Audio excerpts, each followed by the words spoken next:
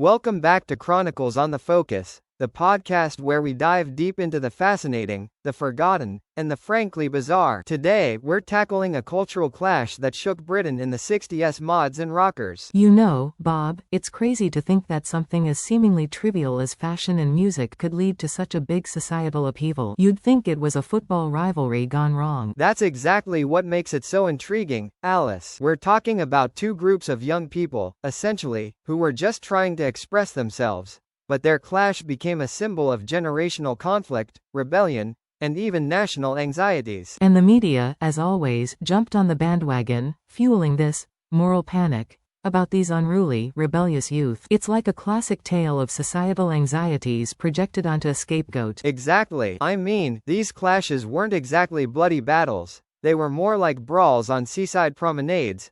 A bit like teenagers going a bit too far after a few too many pints. But the media painted these clashes as full-blown wars. Imagine a society where the biggest national threat was a bunch of teenagers with scooters and leather jackets. It's almost comical, but it really highlights how much social anxieties can be amplified by the media. Right. And it wasn't just the media, though. The mods and rockers phenomenon also reflected the changing times. It was the post-war era, and young people were finding their own voices. The rockers, with their motorcycle jackets and rock and roll, were the rebels, the ones who wanted to escape the ordinariness of life. The mods, on the other hand, were more about sharp suits and stylish scooters, representing a desire for sophistication and cool. It's almost like a cultural battle between rebellion and conformity, right? It's funny how both groups were trying to define their own identity, but they ended up clashing instead of finding common ground. It's interesting how even today, the mods and rockers remain these iconic symbols of the era. The music, the fashion, it's all become a part of cultural history. And the film Quadrophenia, which captures the clash of these two groups, is still a classic, a real coming-of-age tale for a generation. Speaking of music, let's not forget the incredible music that came out of this era, from the rock and roll of the rockers to the soulful music the mods were into. It was a time of incredible creativity and experimentation, and a lot of it was born out of this whole mods and rockers conflict. You know, Alice, the whole mods and rockers thing,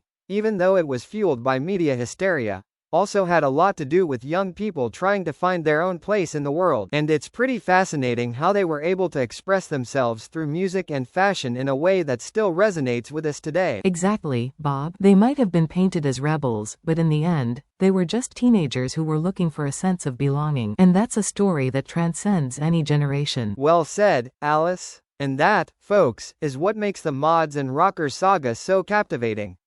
It's a story of youth, rebellion, media manipulation, and ultimately, a quest for identity. It's a story that still holds a mirror to our own times. Thanks for tuning in to Chronicles on the Focus, and stay tuned for next week's episode.